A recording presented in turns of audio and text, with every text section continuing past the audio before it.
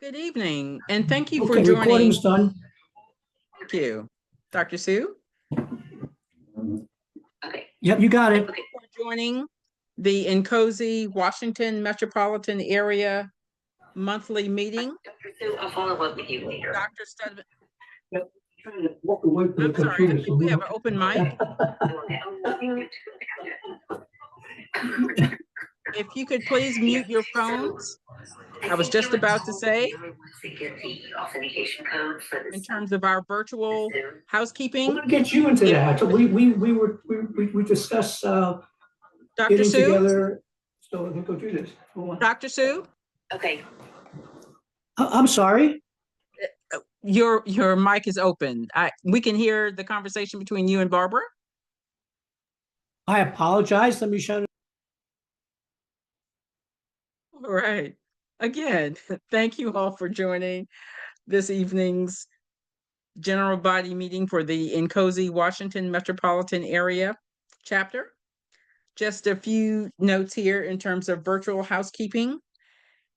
If you are dialing in to this meeting, please send an email to programs@incosewma.org so that we can confirm your attendance. And please mute your phone if you're not speaking. Please use the chat as a way of networking amongst yourselves while the meeting is going on. It is a great way to exchange information, make new friends, and make new connections. Again, this is Dr. LaWanda Avon Studevant. I am the president for this chapter. This is the agenda for the meeting, for tonight's meeting. I will share with you a few bits of information from my vantage point, and then I will have each of the committee chairs to report out on their different areas. The highlight of the evening is a presentation by Dr. Paul Wach, and I hope I'm pronouncing it correctly. He is a professor with the Intelligence Systems Division of the Virginia Tech National Security Institute, and he will be presenting this evening on the topic of socio-technical transformation, two sides of a coin. And then we will end with next steps for our chapter. In terms of the information that I wanted to share with you, let you know and give you updates on what our chapter is doing. We are working very hard to provide a service to our system engineering community. Not just here in the metropolitan area, but we're working very hard to create a system engineering job series. You've probably heard us talk about it throughout the year this year. Excuse me. And we are continuing to make great strides, connecting with other chapters in the US as well as in the metropolitan area. We have a template, a letter that we can send out, and I'll have our past president, Gary Thomas, to speak a little bit more about what is actually happening with regards to our petition to get this government system engineering job series in the federal government. We are also working on a fundraiser to support scholarships for our newly system engineers. And so we will hope to have this fundraiser up and going before year's end so that we can be a help to our new system engineers. And then we will also remain connected to our student chapters. We have 3 student chapters, one with George Mason University, with George Washington University, as well as Virginia Tech. And so we remain connected to each of those 3 chapters. And I hope all is well. I unfortunately was not able to be in person for tonight's meeting. How are things there at George Mason? Yeah, we've got a small crowd, but happy to be in person. Excellent, excellent.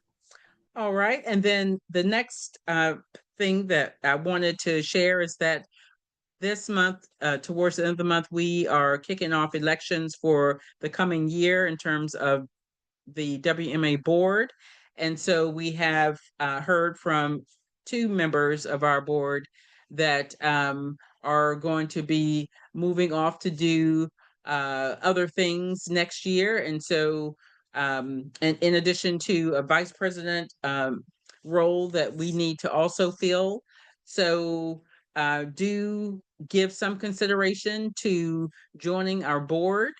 That information and what each role entails will be coming out to you all shortly so that you can give consideration um, to um, becoming a board member.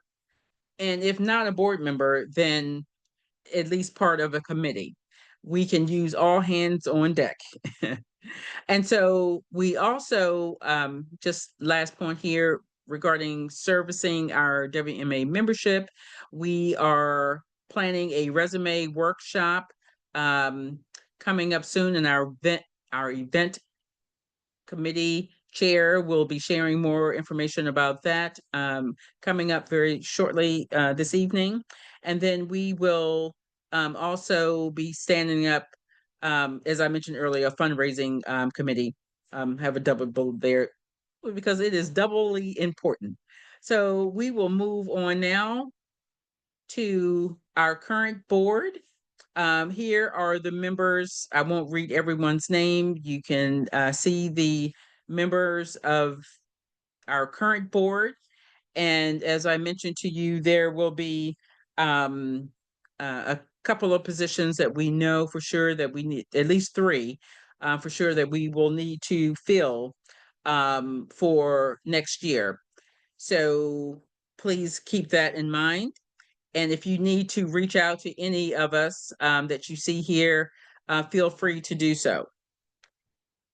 Next is we have a list of our three student chairs, and we have the GMU student,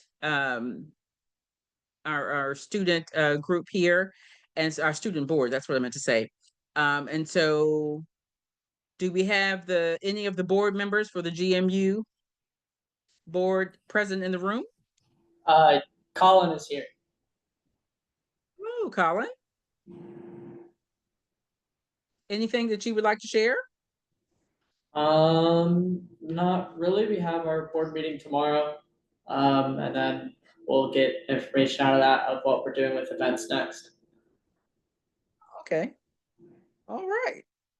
Well, thank you all again for allowing us to host in your facility there. And we look forward to hearing more about what you have on your agenda coming up. And then next we'll move on to George Washington University. Anyone from GW in the room or online that might want to say hello?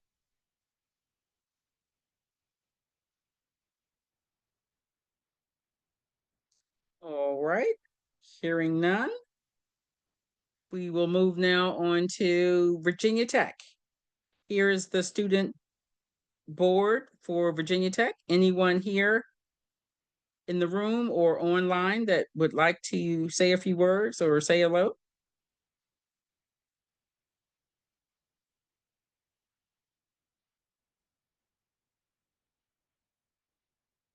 Great. Well, we will move right along and start to have the committee chairs to report out. First, we have here is the membership chair. Dr. Burley?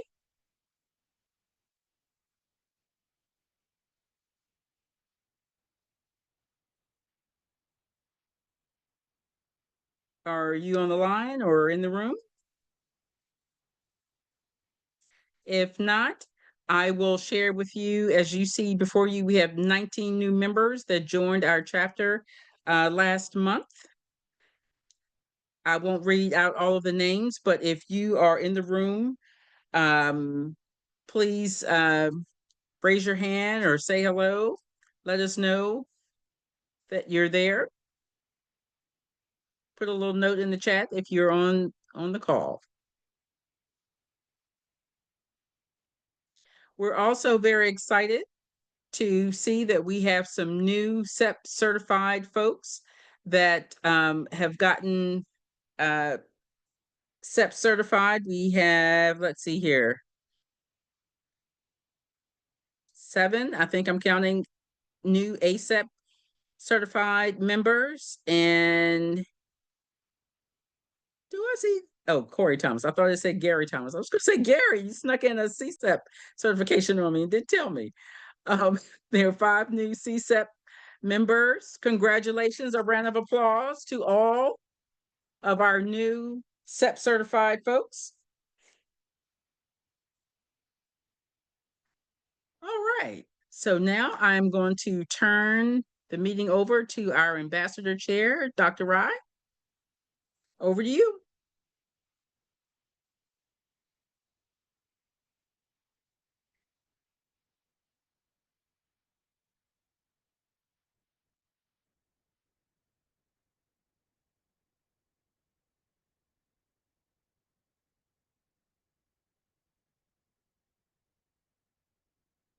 Okay, we will come back to Dr. Rye. He has lots that he wants to share. Communications chair, Paul DeMarco. Hello, can you hear me? Yes. All right. I'm in the parking lot, so I'm almost there.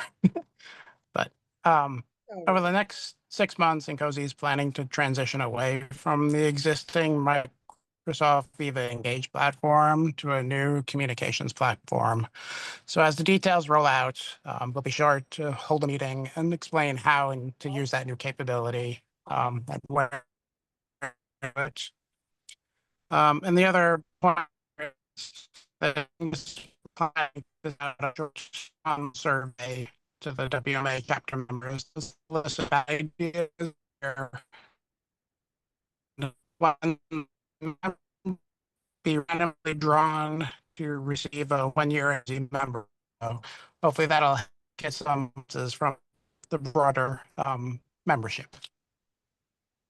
Thanks. Thank you. I think you cut out just a little bit, at least for me. But I'll pause for a moment so folks can read the slide just in case it cut out on the end there at GMU. Anyone have any questions regarding communications?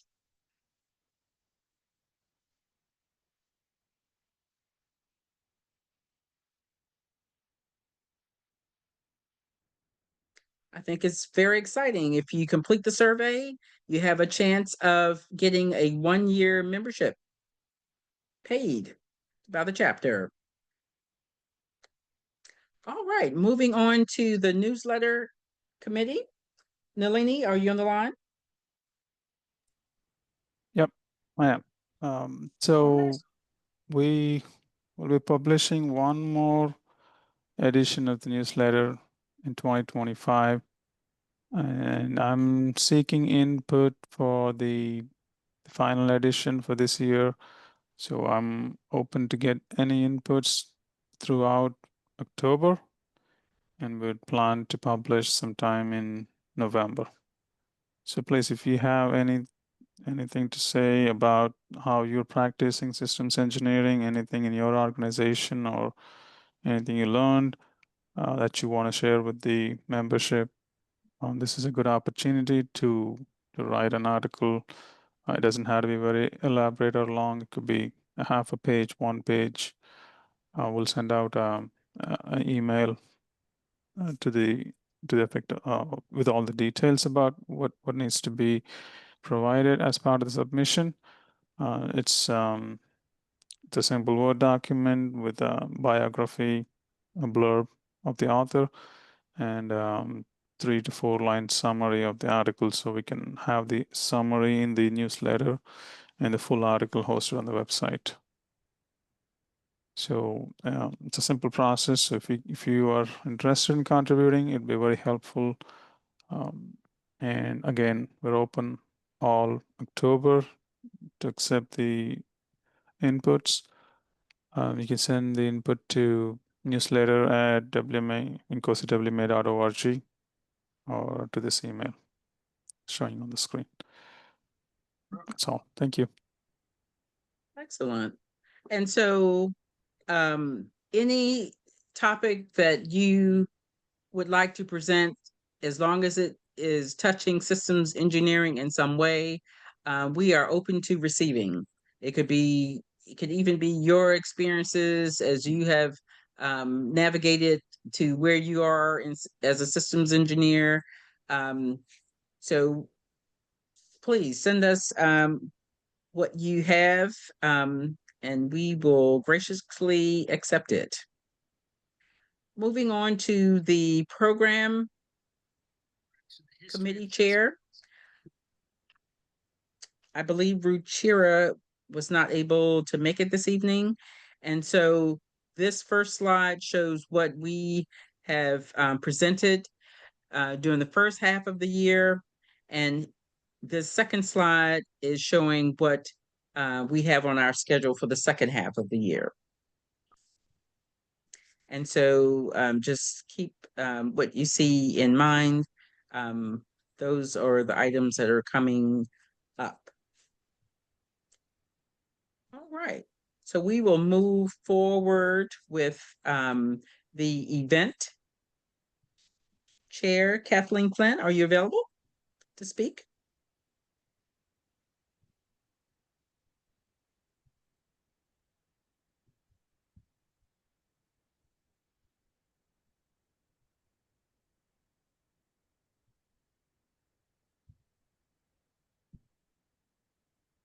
All right. Well, I don't hear Kathleen speaking, but as has been mentioned, we have been preparing for this professional development workshop, resume workshop.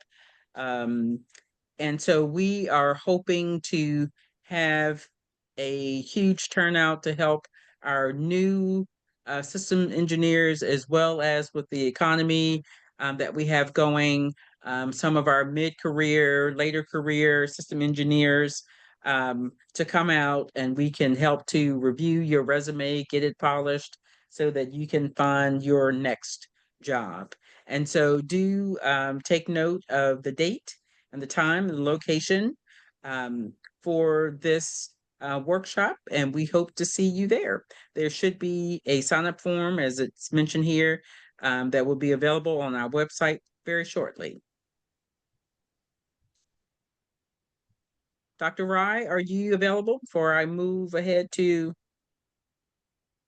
Yes, I am, Dr. Stephen. Excellent. All right, so let me move back to your slides. Here we are. All right, thank you so much. You can hear me okay? Yes. All right, I got a good number of updates, and the ambassador program is going very well since I took the role early this year. And as you can see on the slide, just high-level highlights, right? You know, all 3 student chapters, George Mason, George Washington, and VT are very active, vibrant, and engaging with INCOSE WMA. That's awesome update. Events and the chapter contact information are now shared through a common Google Sheet that I created. So all chapter leaders, including the faculty, could have access to, you know, all the events that they are already registering proactively. For example, some of the universities already posted a few events for this month. That's an update for all of us, and for us to have a single source of information to collaborate better, you know. And other upcoming events, activities, there are slides to back this up. Systems Engineering Excellence Awards are rolling out this month. I will talk in a minute a little bit more on that one. For next year's summer internship and employment activities are also moving forward. And to the event committee, Dr. Stephen mentioned about, you know, resume writing, and that dovetails really well into this one. And a couple of follow-up, right? Annual conference on systems engineering research, which is going to be happening sometime next year, but I'm going to talk in a slide in a bit. And also the SAGE competition, you know, by both JMU, and I'll talk that in a minute too. And because of all these things happening around, and there's also an increased collaboration within the chapter committees, and that's truly exciting. So can we go to the next slide, Dr. Sturtevant? All right, as you can see, some visuals, right, from George Mason Student Chapter update. So they had an event on the 16th, which was scheduled for a general board meeting. of this calendar year. As you can see, the officers were introduced, and there were lots of conversation with the overall members, including new ones. And we know they're also spend time for planning ahead as to what they want to do. So on a piecemeal basis, as they have events and they share event information like photos, and I spoke to that, common spreadsheet, that's where the information will come in. But on a piecemeal basis, as they come out, we'll also share in our board meetings like today. So this is GMU, and we can go to next slide for another student chapter after student event. That's George Washington. And as you can see, they already had an event as well, onboarding the executive board, and also kicking off the semester and welcoming the new officer, including their VP. So yay to them. And as you can see, we have already events of the future. On the 13th, they will have SC alumni panel discussion and also networking after that for a happy hour and in person. And on the 18th, they have the Georgetown Sustainability Leadership Conference field trip in person too. And whenever time allows, I will be there. And it's also an ask to other board members who want to be there. And we are more than happy to be joining with them. So next slide. Now VT, here also you can see some photos. That's quite exciting, right? We get updates like this, and they are engaging, their events are happening, having lots of pictures, as you can see. They already have had their event on the 5th last month. And for this month, check this out. They have 3 activities lined up, So I'm not going to read them all, but you get the essence, right? Information are flowing back and forth.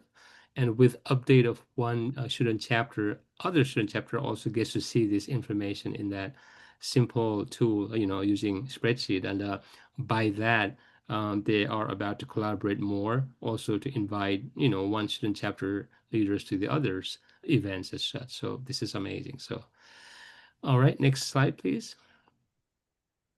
This is the System Engineering Excellence Awards. As I have shared this a couple of months ago, if you look at the bottom, right, those are the timeline items, and it's rolling on time.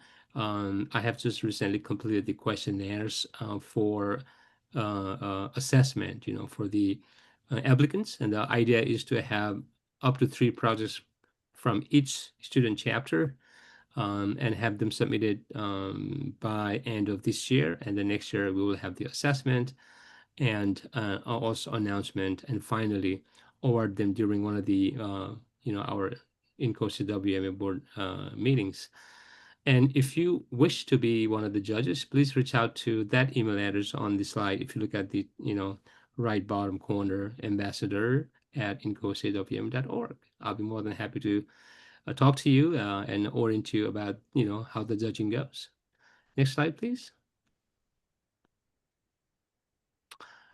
Right, and this is pretty straightforward, right? So some of the CAP members already are very interested to have the next year's summer internship going from early spring.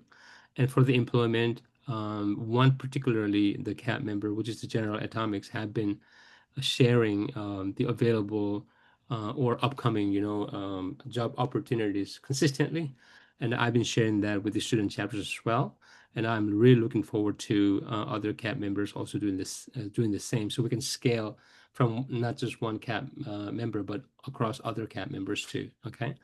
And as I noted earlier, for both opportunities, that resume building conversation or the event that's already been scheduled and what comes next will be very, very valuable, to dovetail into these 2 initiatives under the ambassador committee.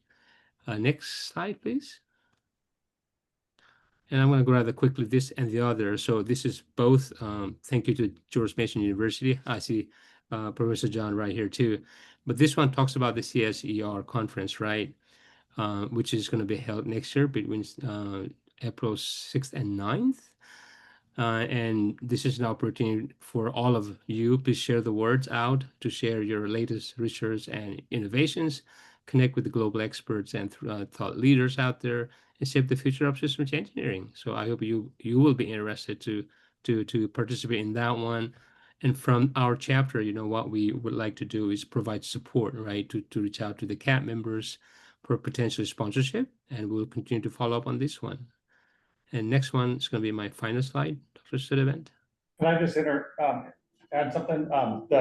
The deadline for papers and abstracts is November 30th. So if you have research or topics you want to present, that's coming up. But you can always reach out to me and I can provide more information. Awesome. Thanks for the update, John. I'll add to, all the communications that are going to go out. So awesome. All right, next slide, which is the final one. And this talks about the SAGE computation. As you can see on the right side of the slide, there are the tracks basically, right? The system engineering and design, and up to applications of advanced methodologies as such. And for this one, the call for a paper is still TBD, right? But if there's any update, whoever is on the call, please jump in like what John just did, if that's already out. But to my knowledge, it's not. But that's, when we're gonna follow up with the call up paper date out, and also reach out through our newsletter perhaps, and also through email. And look forward to your participation. And just like the Systems Engineering Excellence Award, we are also gonna need judges.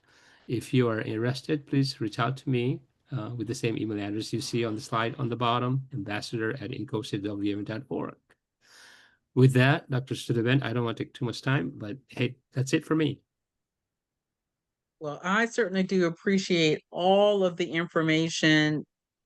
It's been a wealth of information that you've shared, a lot of activities going on.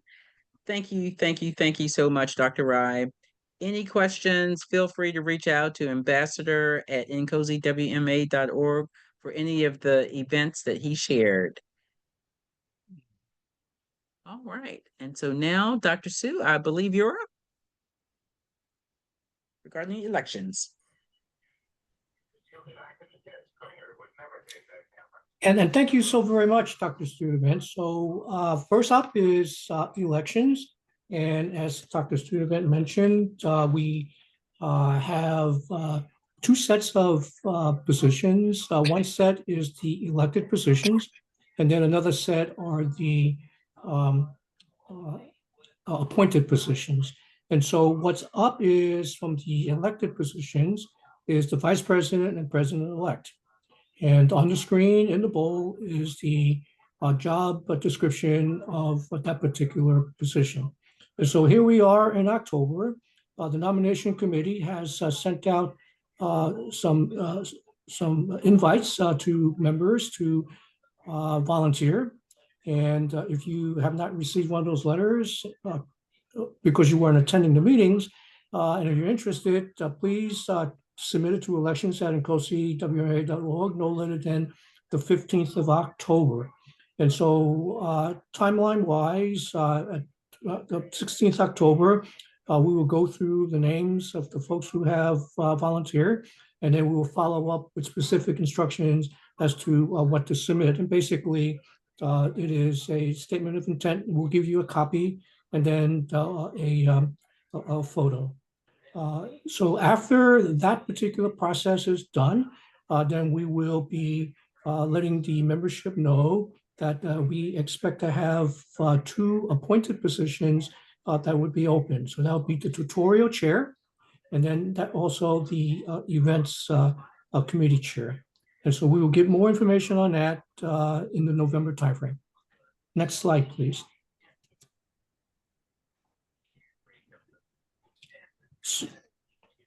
This is on the PMI WC Professional Development Community of Practice.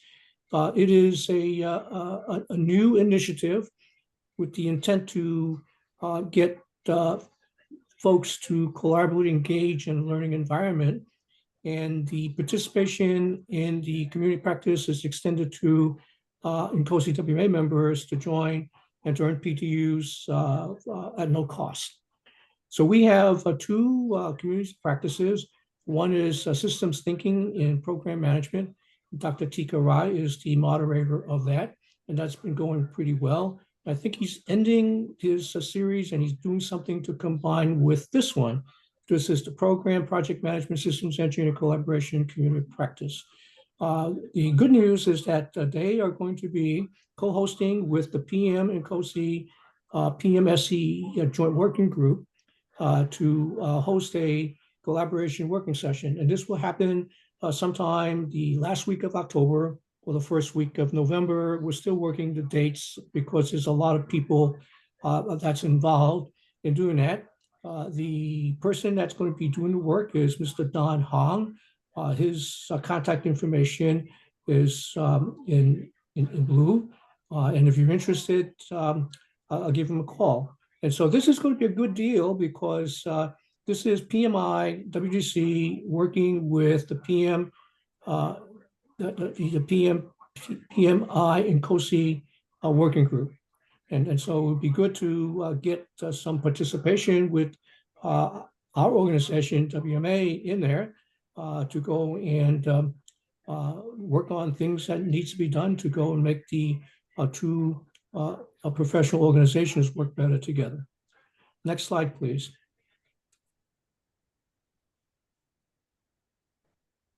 So this is a pitch for the annual conference that the PMI WC is going to have. It's going to be the 24th and 25th of October, and it's going to be held in the Washington, DC National Mall Hilton. And next slide, please.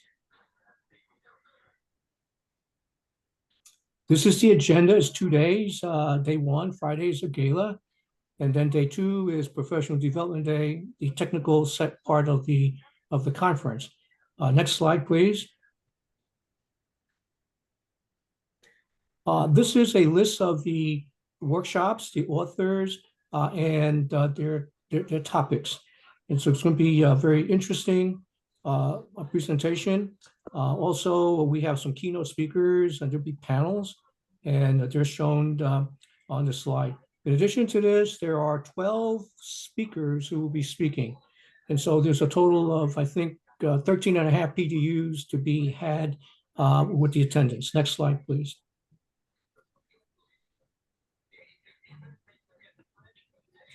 Okay, so on the bottom is the link to the registration site. And when you get there, you can work your way through the site that you get the agenda, you get a bunch of other information about the speakers. The information here is that there is a price and it's shown on top, but we have a special discount that's available for us. And essentially, here's a code. You get $50 off of the registration if you by using that particular code. And if you have a group, you have 5 people from your company that wants to attend, they will pay the rate of $360 per person. Okay, so that I think that's a good deal for us, and hopefully you will find the time to attend. And that's all I have. Thank you very much. Well, thank you so much, Dr. Sue. Again, a wealth of information we cherish and are privileged that you are so well connected with PMI. Thank you so much for keeping us connected and keeping us informed. All right, now the highlight of the evening is our presentation from Dr. Paul Wach. Dr. Wach, are you online? Am I pronouncing your name correctly?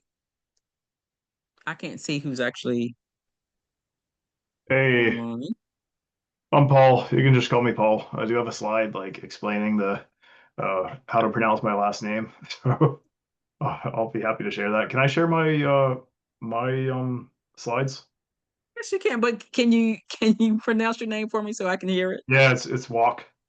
Oh, Walk. Okay, just like W-A-L-K. Pretty close. All right. All right, well, I will let you present and I will stop sharing.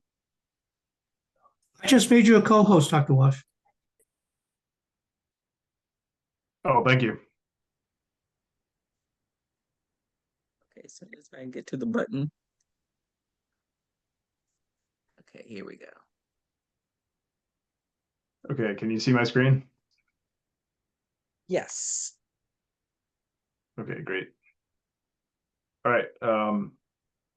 So I've been asked to give you a presentation. Had a few different topics that I proposed to the group that asked me to present. And what we decided on was a socio-technical transformation, and particularly for like the digital transformation and just other vast transformations that were going on. And the point is really that it's not like you can't really separate the two, the society or organizational aspects from the technical aspects. Just actually wrapped up a project that most of this presentation is based on and presented to the sponsor a couple hours ago. So you're going to see an extract actually from that presentation and in this presentation. So I'm actually really looking forward to sharing it with the broader audience and maybe getting a little bit of feedback as well. So just some background on myself. You know, Paul's obviously my first name. I'm not really a snooty professor, so you can call me Paul. I have a fair amount of industry experience, so I was Paul before I became Dr. Wach. And if you want to know how to pronounce my last name, it's like I usually say like Doc Wach. And so just more of my background. My undergrad is in biomedical engineering, and that's actually from Georgia Tech, but it doesn't seem to be up there right now. I Yeah, there we go. Okay. So I'll just put all this up there. So undergrad is in biomedical engineering from Georgia Tech. I did a fair amount of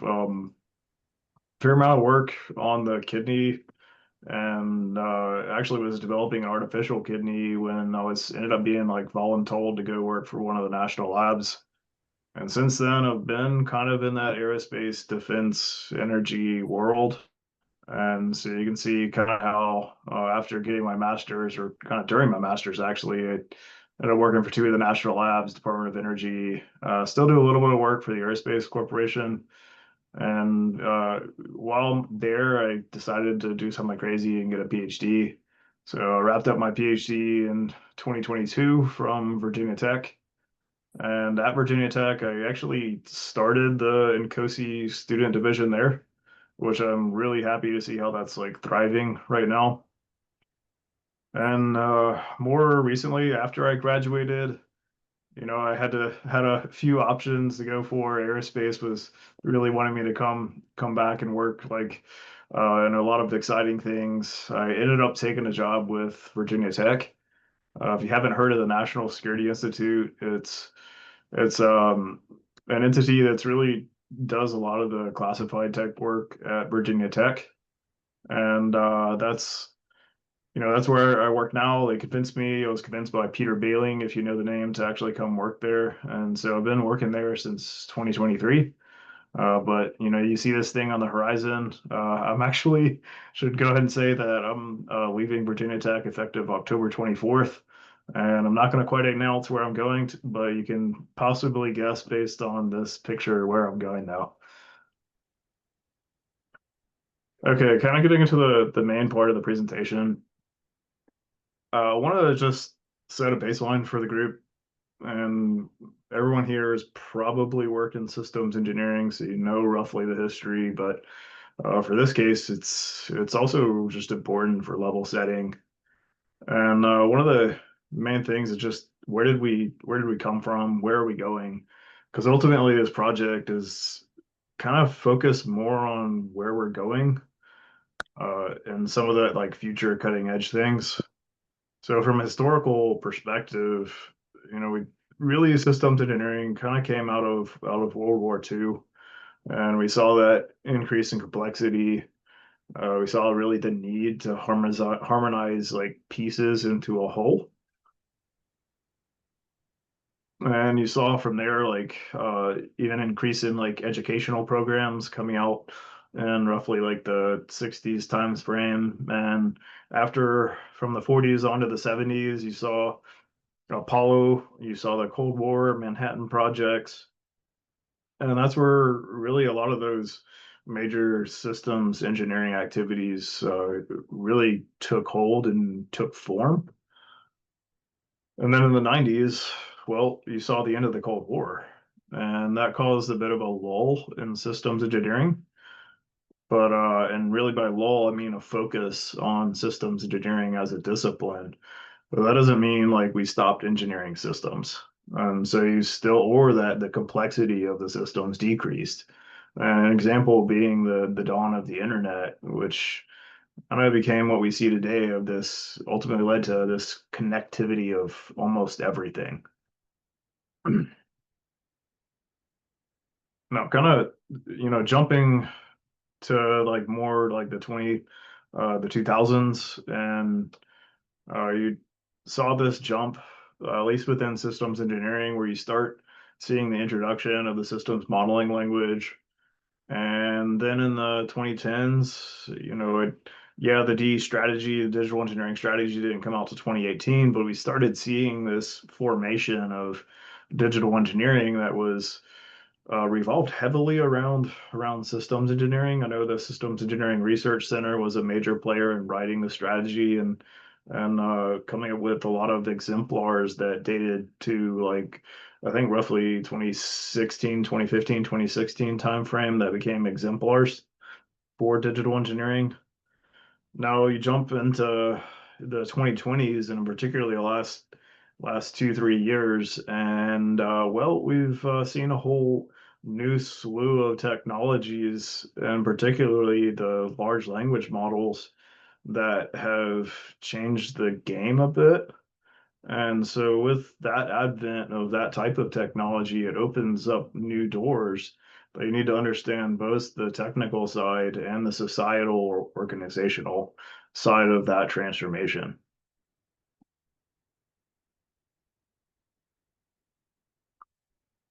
So, just kind of highlighting the whole thing is that there's very much a clear need and interest in growth of systems engineering. And I know I'm preaching to the choir because this is INCOSE.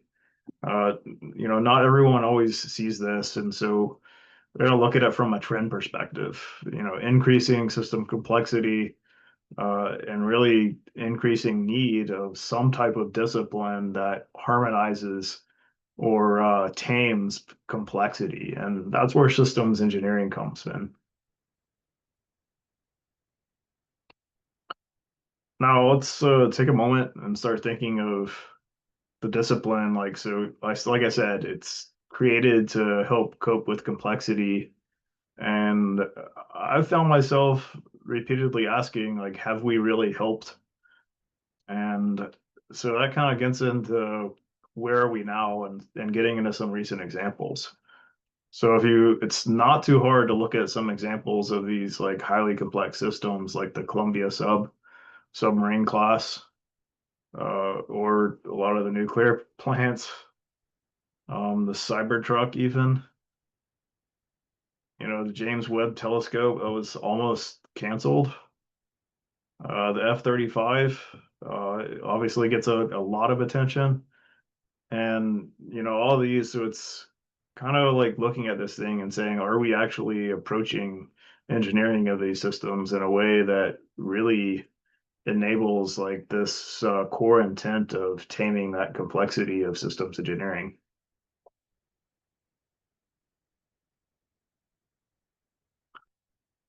All right, I just finished a year of a project and presented to the sponsor earlier today. I've got some extracts of a lot of what we showed to the sponsor and some of the output. There will be a report that you can read on the SERC website. I'm assuming that most of you know what the SERC is. It's the Systems Engineering Research Center. And I'm not sure if they've uploaded it on the website, but they will, or you can just ask me and I can email you a copy of the report.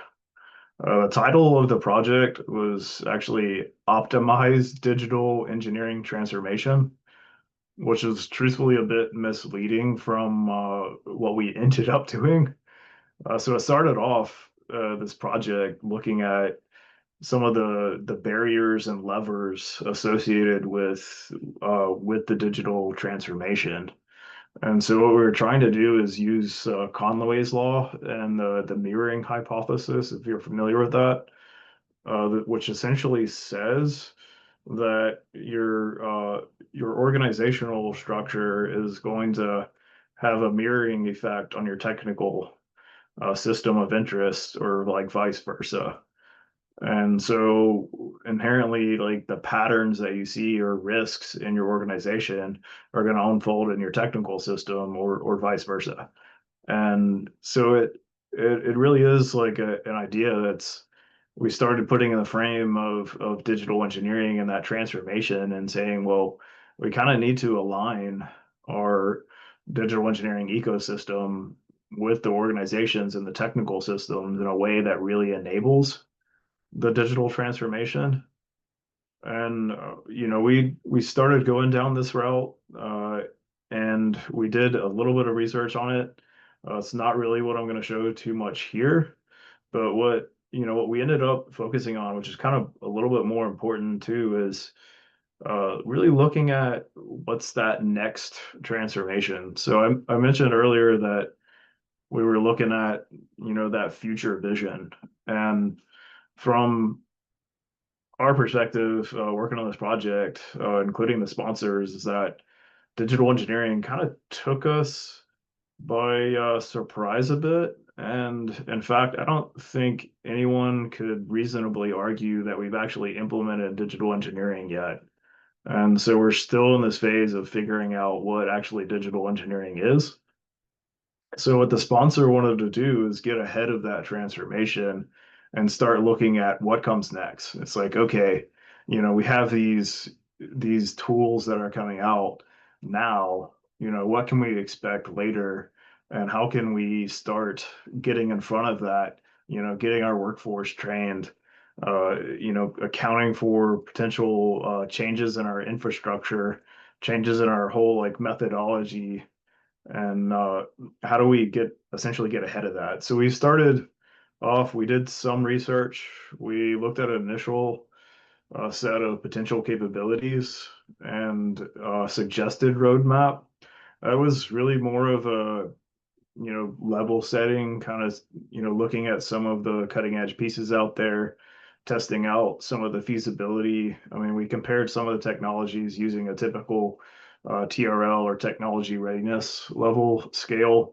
We were going to look at more of the cost and schedule and like risk aspects of some of the technologies, but for at least that part of the project, we decided to pause that point. And in agreement with the sponsor, what we wanted to do is just pick one of those technologies and start drilling down into what are the pieces that are really going to enable that transformation and enable getting us ahead of that transformation. So they picked three of the like 30, 40 technologies or capabilities that we had recommended and decided to focus on, they wanted us to focus on requirement specification, requirements traceability, and/or like architecture generation. And with one of those being like in great detail by the end of September, which is when the end of the project was. And so we as a group, we decided to focus on requirements specification to really go through and have like this like depth of understanding of what's going on with requirement specification, what should we expect in 2035, and what are kind of the reasonable steps to achieve like this vision for 2035. And some of that entailed really checking and looking at, okay, what's practice done today in terms of requirement specification?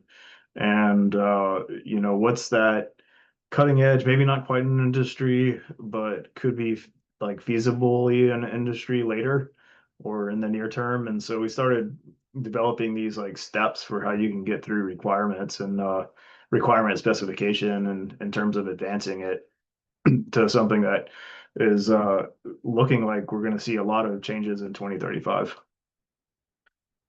All right, overview of some of our methods. This is kind of important to tell you like our story, because I know I said that we had changed a bit our direction. So we started off looking at stakeholders, interviews. We talked to a lot of the sponsors. We assessed some of this state of the art, and then started doing more like future oriented search. So that what that really looked like was this flow where we talked to our sponsor groups. We did some analysis on what they said. We looked for patterns in some of the things, and also comparing it to our subject matter expertise, being in industry and academia as well, looking at some of that cutting edge of the literature. And out of this, extracting some of those key challenges and opportunities. Ultimately, what came to our like interim results, which is really a set of capabilities. And we kind of referred to them as interventions because it was essentially like a technology and a very specific application. And an example would be like, using language models to help facilitate specification of requirements, which is one of the routes we ended up going. We did put that into, we did do some Pareto analysis, and that's allowed us to assess again things like, is the technology actually ready? From both a technology maturity standpoint, we did look at other facets too, like what are the risk levels? What are things like the cybersecurity aspects even? We started looking at some of the cost and schedule aspects, but we ended up focusing most of this Pareto analysis more on the technology readiness. And ultimately that allowed us to like this initial baseline. Yeah, we selected a few out of this. This was our initial recommendation, our initial analysis that that came out of this, and from there we gravitated into this method that was more looking at 2035 and focusing on what are the changes in methods that we need to consider. What are the changes in infrastructure, and ultimately what are the changes in workforce?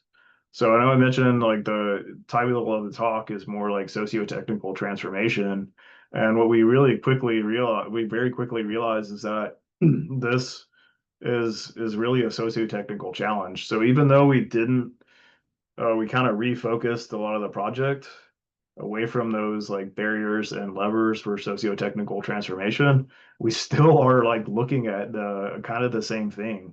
And like the methods, infrastructure, yeah, those are pieces that are kind of more in the technical side, but even the infrastructure piece, there's a governance aspect that essentially involves people. From the workforce side, we're looking at how oh, Oh, someone needs to mute. someone Ben, needs to mute Ben. there we go. Yeah, so with the workforce, like that's where it really depends. And so what we looked at is how this iterates across like a different vision. And what we did is looked at the current state. We kind of projected out for what's 2035 look like. And what's neat about that is we actually studied even like the tech industry and looked at what a lot of the tech industry CEOs are even releasing on in terms of their interviews, written and video interviews, and kind of did a little bit of comparison there. We did quite a bit of literature review that ultimately led to this, and even looking at some of our own subject matter expertise. So again, essentially what we looked at was really this iteration between this future looking and then like reasonableness of how the technology is progressing. So there's some technology that's already out there, and there's other technology that is really on the horizon, maybe not quite implemented yet or fully adopted, as I guess is probably the better way of putting it. And then there's other technology that's really beyond the horizon. And some of that is looking at something that maybe is more like academic inform and probably not quite proven that it can be scaled to industry yet. So that's some of the things where we can look at and say, well, how mature is that? What's the rate of maturation? And based on that, start plotting these different things of how this changed like the technology methods. What infrastructure do you actually need to have in place? And what are the impacts to your workforce? So again, these socio-technical aspects to this transformation.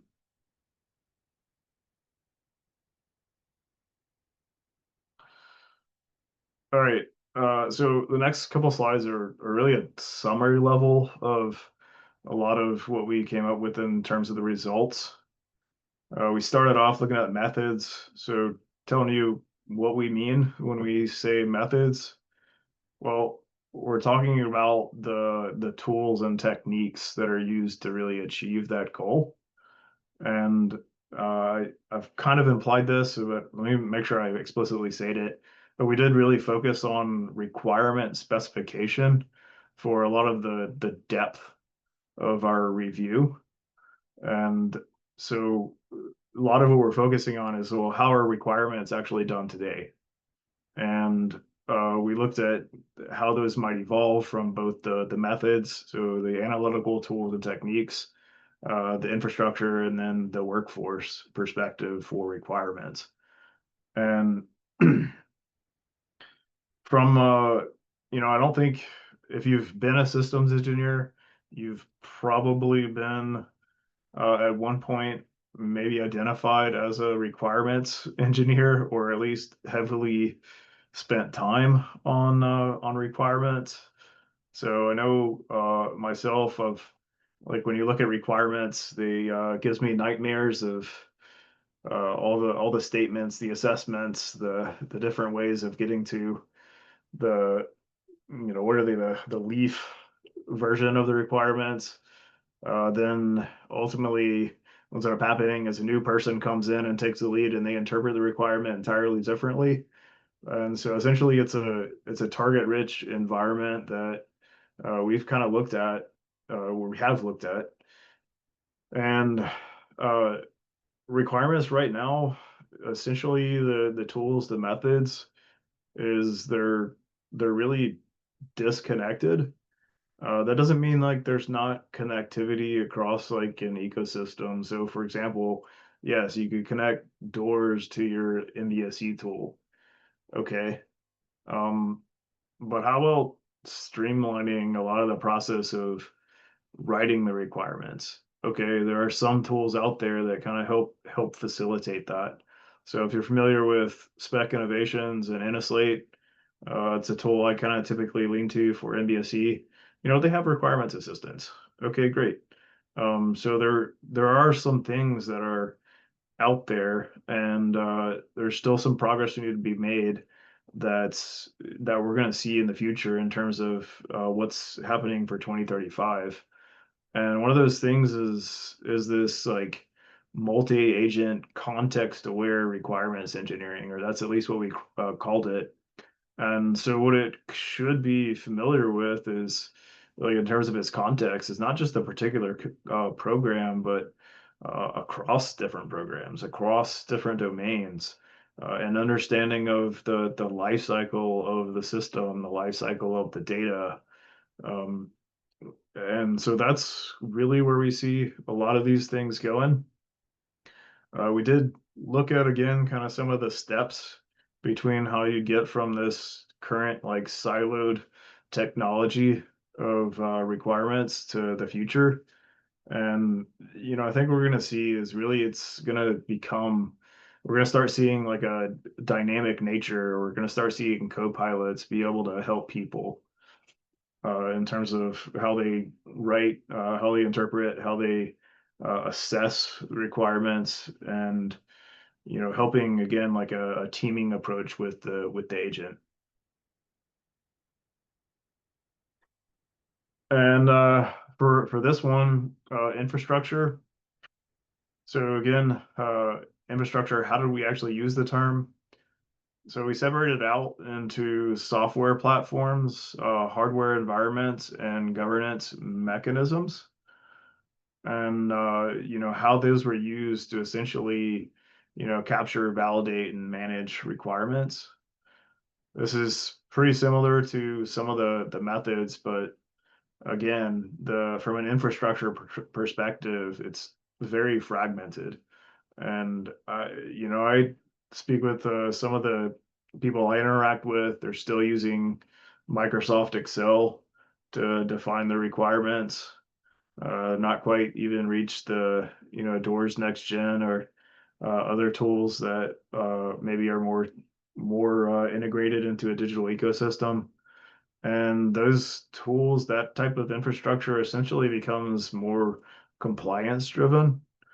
And so what we mean by that is it's not, not necessarily getting at the full implications of what we can do with a lot of the requirements. It's more like does the infrastructure, meet a set of like specifications that we've defined, and not necessarily like getting into what's coming, what's already really upon us right now, which is getting to something that is not static. It's getting to an infrastructure that is adaptive, that has AI like inherently embedded in it. And the ecosystem itself, isn't driven by necessarily checking boxes, but it's a continuous like validation of the ecosystem.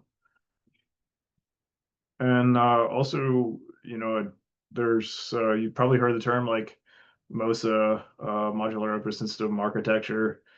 Those types of things with in the infrastructure are definitely going to become a standard approach. So you're going to continue to see things like interoperability, security, emergent legitimacy of digital first artifacts as well, and AI assisted specification.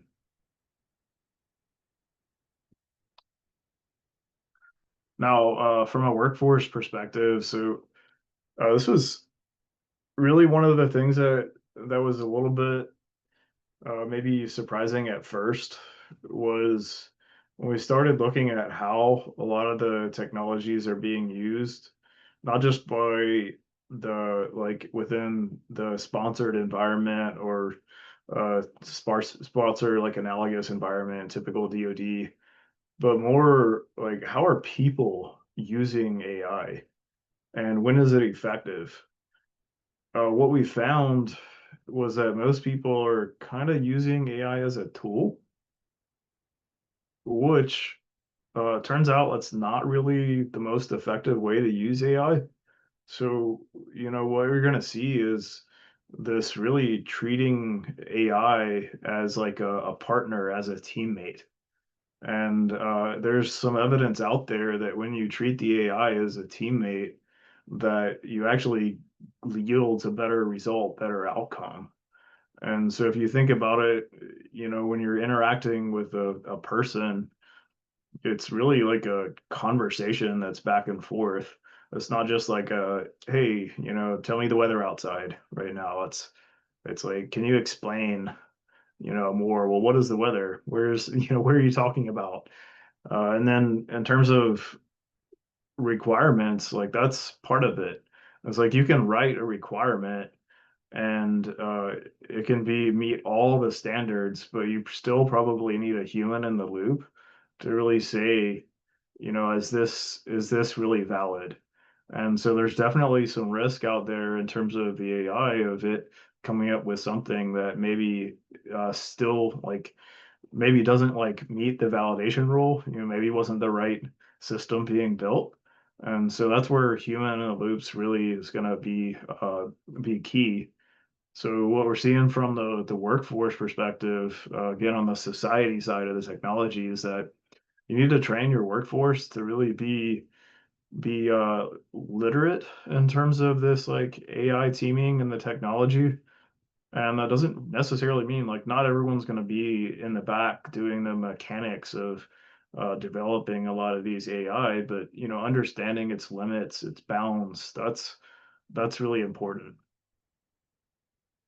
And yeah, so that ultimately kind of what that comes down to is that you'll have people that are really working side by side with a lot of the AI to curate, the right outcome, the right, say for example, the right MBSE model, the right set of requirements. And so these ultimately come out to at least what we're seeing right now, some new roles of, managing trust between the human AI and those workflows, ensuring that you have like cross-domain data integrity, and embedding, like, again, this actually is probably goes back to some of the governance as well, but embedding responsible AI and transparency in a lot of the principles. So there are a lot of strategic implications. So most of what we focused on was a lot of the AI aspect. That's just because we found a really resounding and confirming set of information as we studied this, that AI is going to be inherently embedded in every facet of systems engineering. But that doesn't mean there aren't other technologies that are also going to come into play. So, like extended reality, for example, some of what we've found is that the technology is really continuing to grow. And if you haven't played with a set of virtual reality goggles, then you should. It's really fascinating, but the goggles aren't necessarily the only way. There are newer things that are kind of looking at like a virtual reality cave. One of the things that I always measure in terms of when thinking about things like virtual reality are like the holodeck from Star Trek Next Generation. And I'm not going to say we're going to reach that in 10 years, but there are certainly some sensory technology that's growing in a way that we can see how that may become a reality at some point in the future.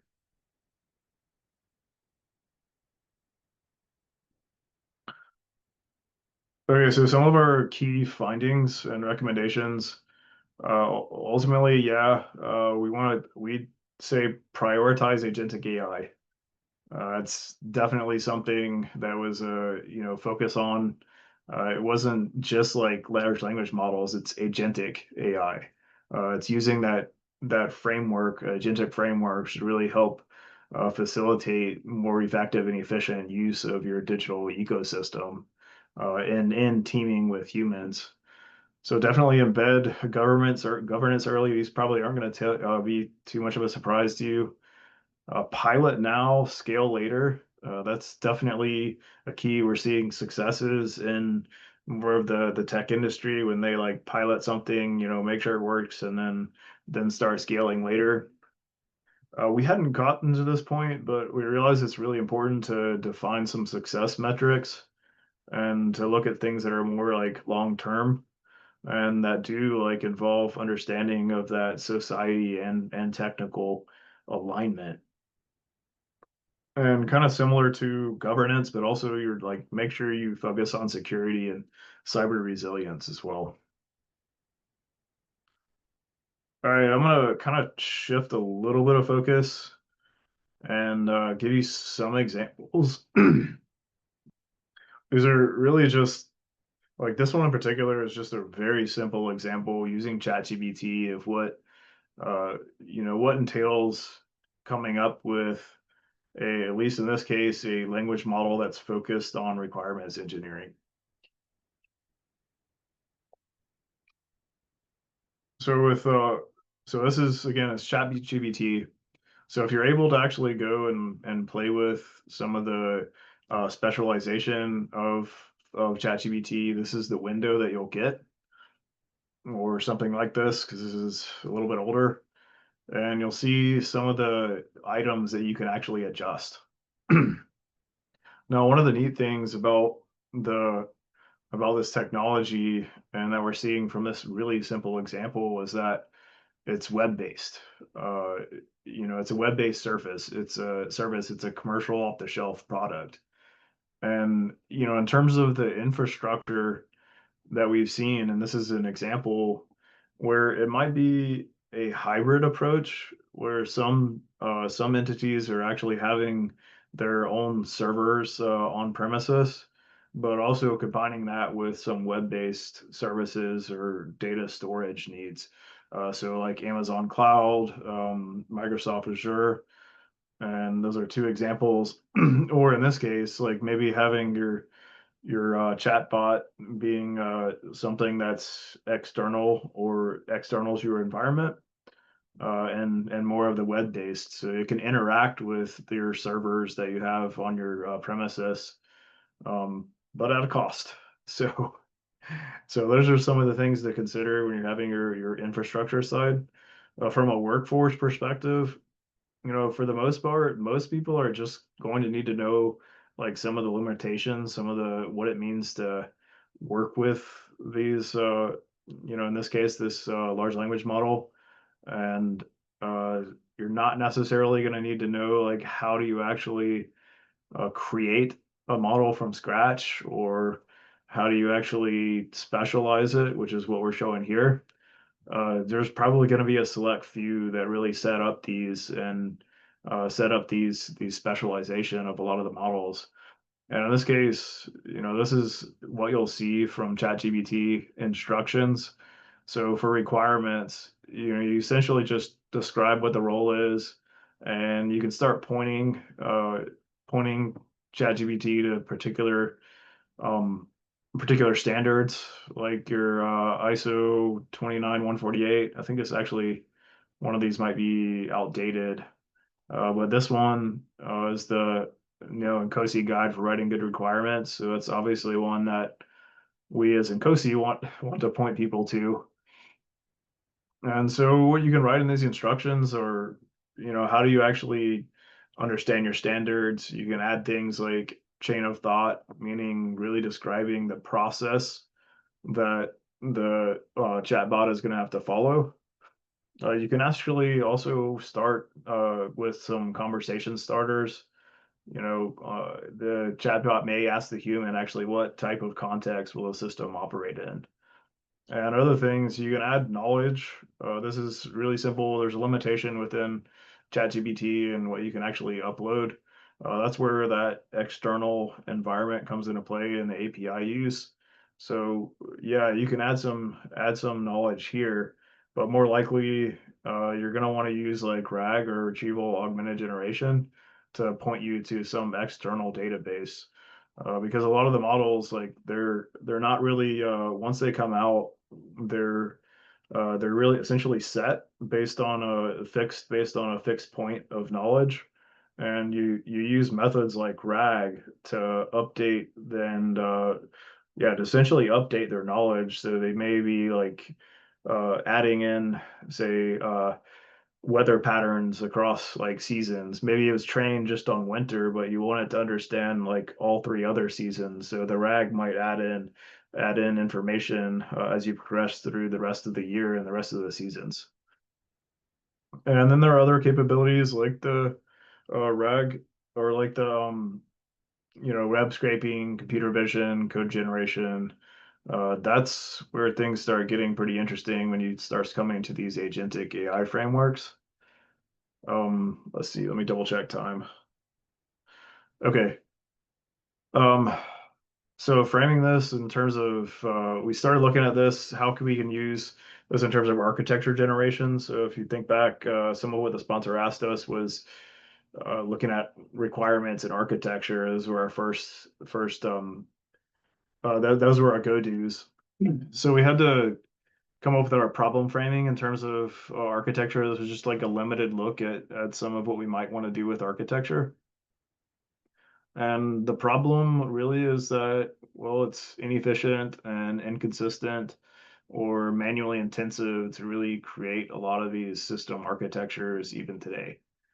And so we want to really overcome that, time consuming, expert judgment, error prone activities that are today. So what does that mean for AI is, well, I mean, with AI, can we actually automate the process, or at least make it more efficient to help us gain some of that efficiency? And there are plenty of benefits to this. Obviously, some that are maybe less monetary, of just increasing again efficiency, helping facilitate knowledge transfer. And then there's, time is money. So there's obviously a monetary benefit to doing these types of things.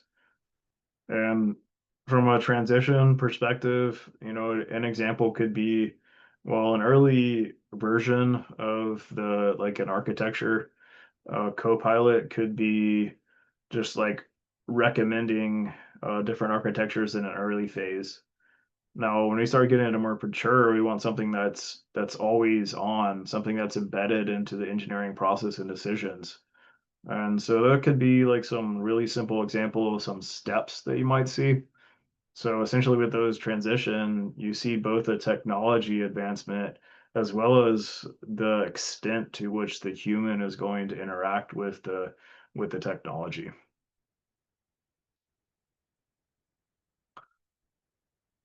All right, I want to reset the stage here a little bit just to make sure we are back on this point because this gets into some of what I'm going to show next. So I, talked a little bit earlier about the troubles that we've had, pointed to specific examples, James Webb, F-35, obviously, the nuclear industry, and the Cybertruck. And what do you get out of this? I always give Andy Ko from ANSYS credit for introducing me to this book and giving me this slide. But essentially, we're becoming reaching the point, at least within the government, U.S. government and defense sector, where we're not going to be able to afford the systems. We're only going to be able to operate them in very like small increments. And beyond that, there's also another challenge, which is, getting back to the more societal aspect of things, is that we have a very broad spectrum of workforce right now. So I teach a class at Virginia Tech that's titled Digital Engineering, and I get to see the full spectrum of this. And on one hand, you have a lot of the people with the really like senior wisdom that have lived it. They have the battle scars, they have the knowledge and the understanding of the technology that's really going to enable a lot of this advancement. Well, maybe not so much. And then on the other hand, we have the generation that are coming out of their undergraduates now and already have in many cases, and they don't know anything except already they were basically born with with an iPhone in their hand. It's amazed me when I realize that some of my students were born and born after 9/11. And many of those crowds, like they probably had an iPhone in their hand within the time they were like 5 years old. And it's really an interesting like spectrum to consider from a workforce perspective, because I have to explain to some of my undergraduate students that, yeah, we still use like fax machines, what a fax machine actually is. Oh, by the way, like pagers, yeah, they kind of maybe look cool on TV, but there's a reason why we have things like that are a little bit more low tech sometimes. And then on the other side, I have to walk a lot of the people that are really experienced and really explain like why, how you progress through a lot of this technology to actually help them in the work that they're already doing today.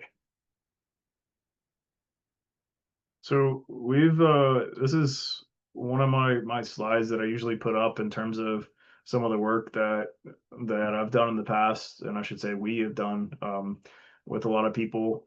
We started looking at this from a bridge between like the modelers, essentially the younger generation, and the more seasoned generation that have that expert knowledge. And we started seeing like how can we use a lot of the technology to really advance this and advance how systems engineering is from both an efficiency and effectiveness perspective. Really took three approaches to this. One is the text to text.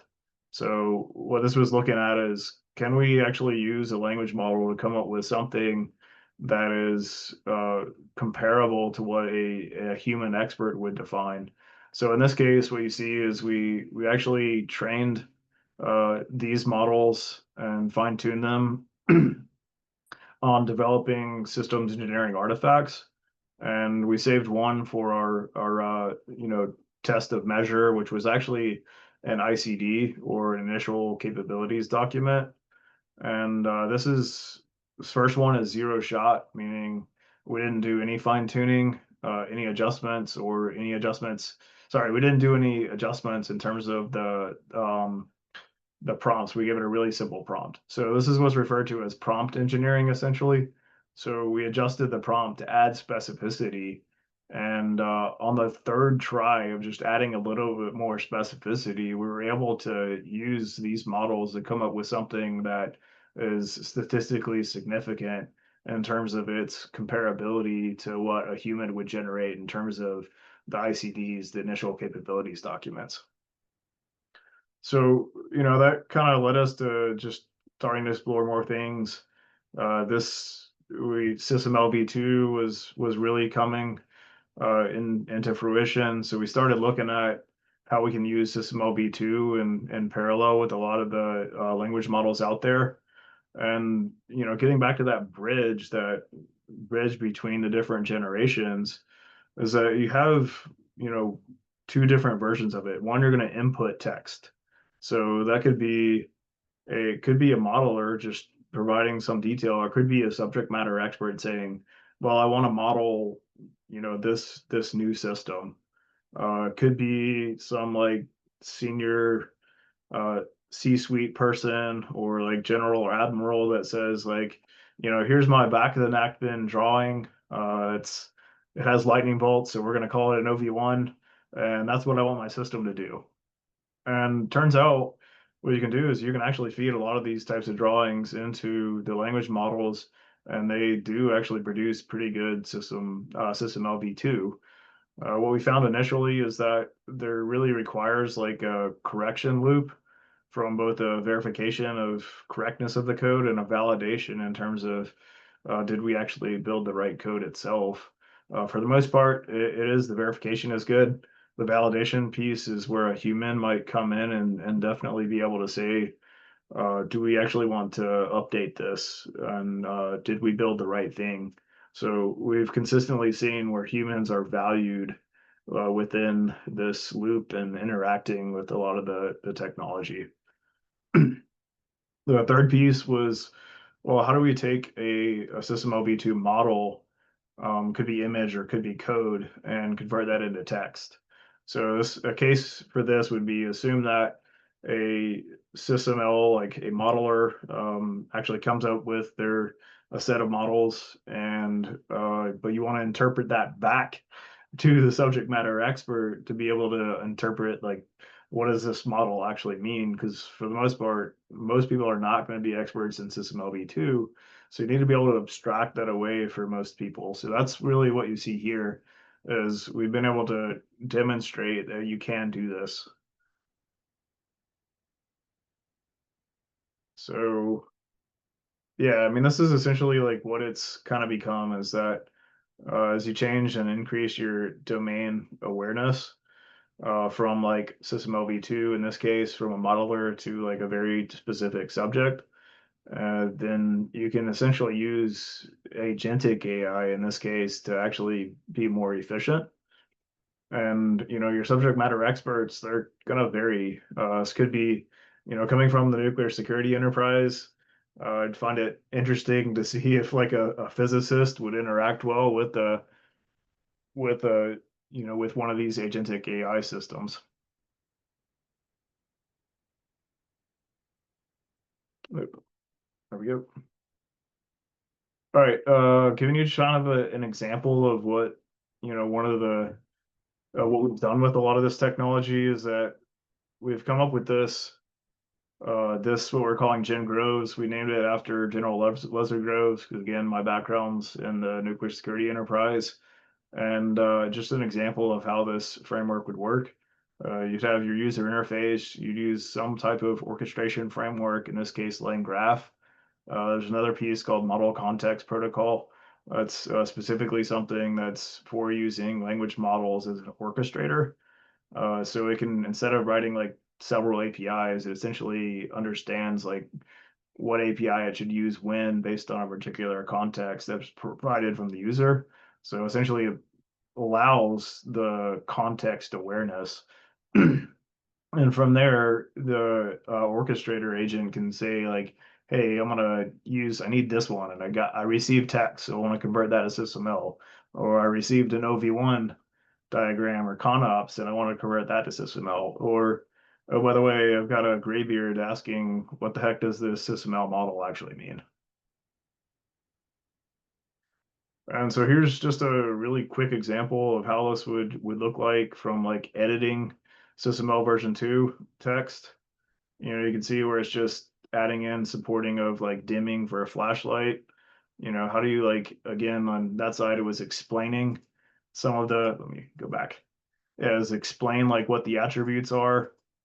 So then it comes back and says, okay, this is what it is. So converting that SysML to text again. Now, how do you actually create SysML from text? This is an example where we added a little bit more complex.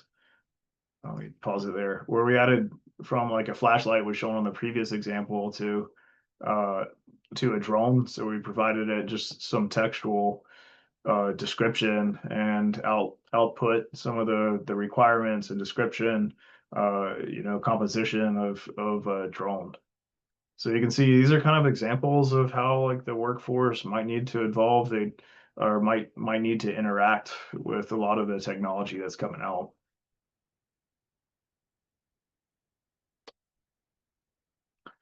And here's just another example. So with the requirements, we not all the methods, some of the methods that are really out there in industry right now are focused very much on textual requirements.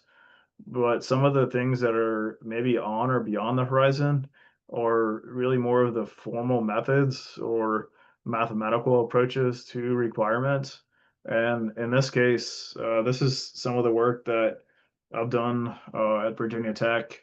It's based on my dissertation, but it's also looking at end-to-end mathematical expressions for your system requirements and your system designs and your verification requirements and verification models.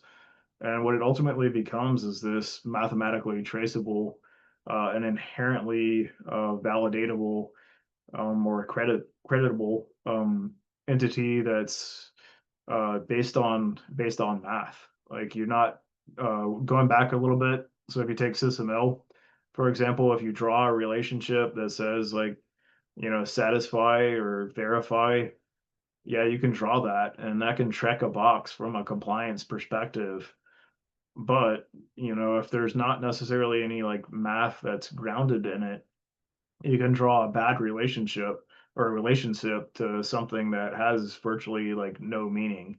And so with the math, it enables this like precision to help guide the this, and so the relationships and the entities all have a mathematical underpinning and meaning.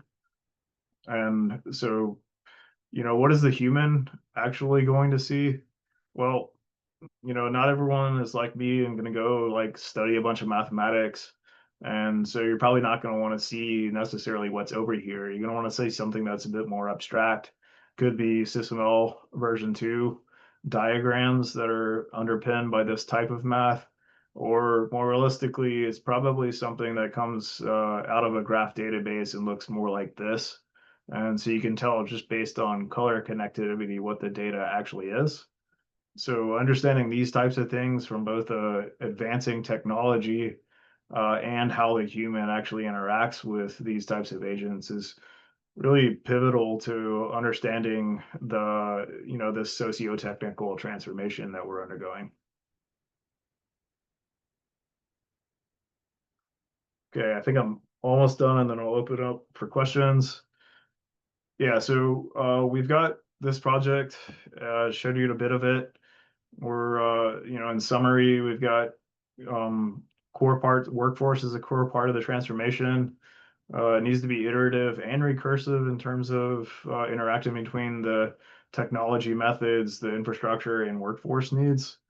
Our next steps are to look at continuing the capability development that we had. We have mostly focused again on requirement specification, but we want to go beyond that. Another piece that we've realized is really important for the capability development is planning your verification and validation of the capabilities up front. Another's like that we're working on is also we've got a digital engineering sandbox. So when you're actually working with with a sponsor, you can prove it in and essentially fail within your your sandbox and then translate it over. So we're going to mirror things like you see in the defense industry. And ultimately, we're going to have this iteration of shaping a lot of the vision, which is developing success metrics and defining that vision as the technology matures and as well as a roadmap. We do have a new project that just started a week ago, and we've changed it from that optimized digital engineering, optimized portfolio digital engineering, now to what it really is, which is systems engineering beyond the horizon. All right.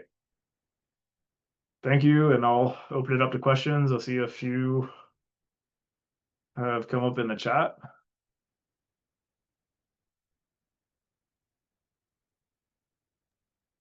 Feel free to come off mute to ask your question.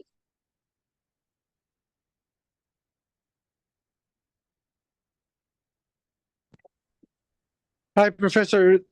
My name is Gary, and I have a reality piece. Could you talk a little bit more about that? Over. Sorry, you broke up right as you said. I heard reality, but are you talking about virtual reality? Yes, I think you used the term extended reality. Oh yeah, okay. So yeah, one of the examples that I like to point to is Chris Ritter's work at Idaho National Laboratory. So that was one of the success stories that we found where they're using extended reality, which is an overarching term for virtual and augmented reality. So augmented reality is gosh, if you go back to about 10 years to the Pokemon Go craze where everyone's like walking in their phones, like looking to catch Pokemon, that's your augmented reality. And then the extended or the virtual reality are essentially the goggles that you're using. So what I'm seeing from like the societal and technology advancement perspective is that that's increasingly becoming a part of how we engineer systems. So Chris Ritter's group at Idaho National Laboratory, like they've I've seen where they've just like taken their like tablets and they have a design for like a new glove box, I think. And they're just showing it where somebody is holding this tablet and the person is like reaching their hand and you can see exactly where the glove would fit and change. And so from systems engineering, that becomes a part of like how we actually engineer the systems. Like a really good example that I'd see becoming a reality is using this as part of design reviews.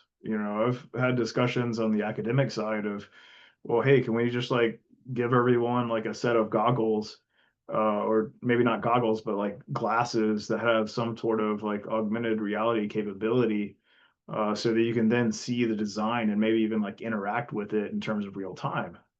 And oh, by the way, there's another facet of that too, in terms of like adding like user controls perspectives.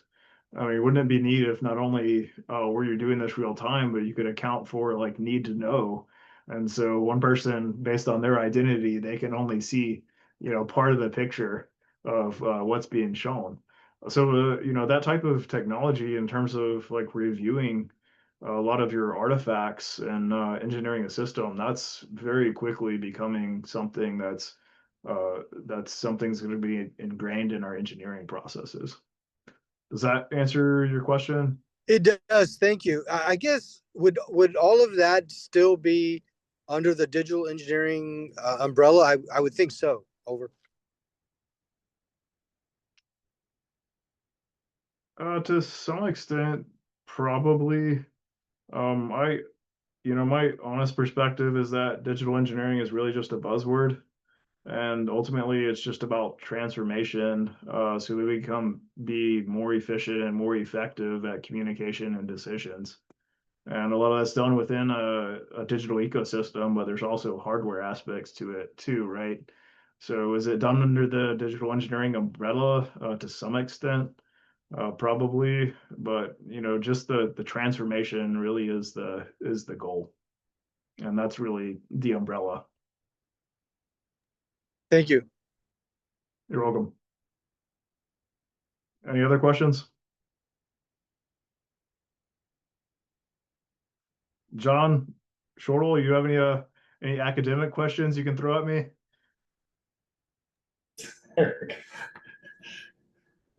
No, I don't have any, but anything from the group here? No. Thanks for your presentation. Yeah, you're welcome. Thank you so much. We certainly do appreciate your insight and the information that you shared. I look forward to taking a second pass on the presentation. And again, we say thank you, Paul, for sharing. Yeah, you're And welcome. you're very welcome. And while we have Gary here, before we close out, we want to have Gary to share a few words with regards to the petition for the government SC job series. Gary, over to you. Okay, thank you. Sorry for the background noise.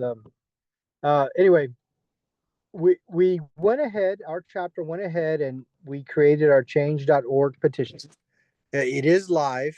You know, this is our first time, I think, as a chapter, at least in recent years, where we've tried to do something like this. We're trying to create awareness and we're trying to create interest, and we're also seeing how much of a demand signal there is for system engineers to get their own federal job series. Right now, system engineers are underneath the term general engineer for the federal job series codes. They usually start with the letter or the number 08 and then followed by two other digits.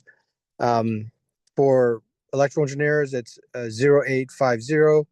For computer engineers, it's 0854. For electrical engineers, it's 0855.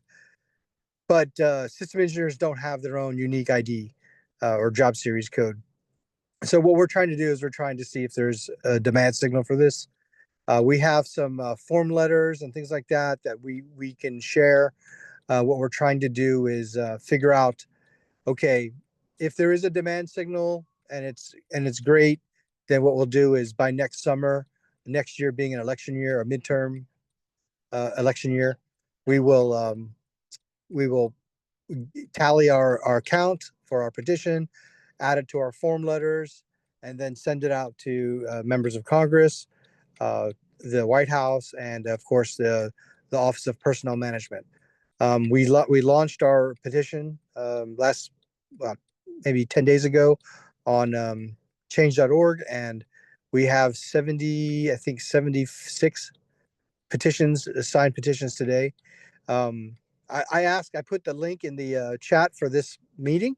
If there is interest and support for signing the petition, please have at it. If change.org does ask for any money, you don't have to give any money. You can just sign your name, and that's good enough.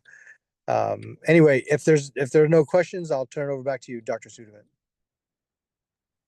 All right. Thank you so much. We are very excited to see this petition and getting the word out there, seeing the movement that has started and is quickly gaining momentum. So we encourage you all to share this information with others as we are sharing it. And we look forward to seeing this new job series come to fruition. Just wanted to let you know our next monthly meeting will be November 12th. And please keep your eye on our website where we have additional information regarding information we've shared tonight and any other updates and information that may come about between now and November 12th. Hope you all have a good evening and be safe out there. Talk to you soon.